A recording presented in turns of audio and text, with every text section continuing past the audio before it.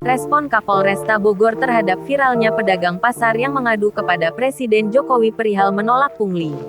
Akhir-akhir ini, viralnya video pedagang pasar yang mengadu langsung kepada Presiden Jokowi dikarenakan saudaranya yang bernama Ujang Sarjana dipenjarakan akibat menolak pungli akhirnya mendapat respon dari Kapolresta Bogor dan Wali Kota Bogor. Respon tersebut diumumkan dalam konferensi pers yang dilaksanakan pada Jumat tanggal 22 April tahun 2022. Dan tentunya hak-hak daripada tersangka untuk menyampaikan transaksi yang meringankan juga sudah kami pertimbangkan, bahkan keberatan-keberatan.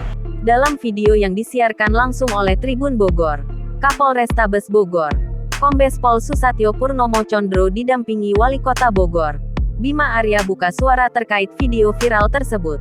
Penyidikannya, kami melaksanakan penyidikan secara prosedural, transparan, dan sejauh ini sudah ada 4 orang saksi yang kami periksa.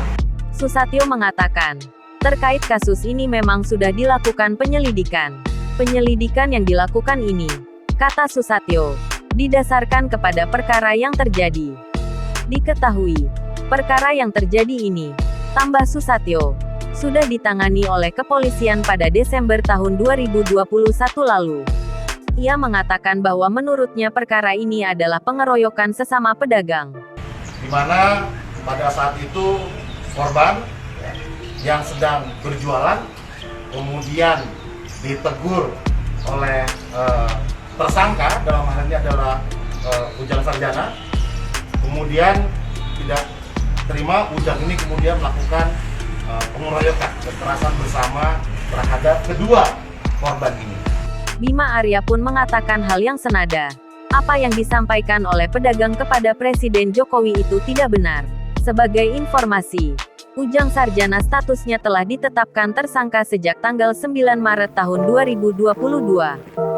Dihubungi tribunnewsbogor.com, pengacara Ujang Sarjana, Emiral Rangga Ranggono menjelaskan kasus yang menerpa kliennya.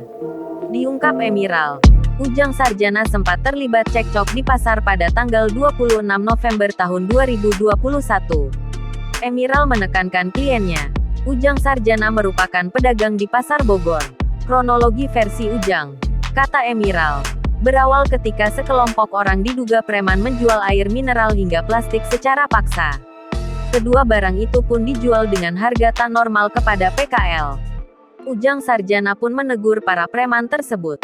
Teguran dari Ujang Sarjana pun memantik kemarahan para preman namun berhasil dilerai walau salah satu pedagang telah terkena pukulan. Anehnya, kata Emiral, pedagang yang dipukul itu sudah diperiksa namun kini statusnya justru masuk daftar pencarian orang, DPO. Dalam konferensi pers itu pun terlihat juga pihak kepolisian menghadirkan salah satu korban yang terlibat dalam kejadian tersebut.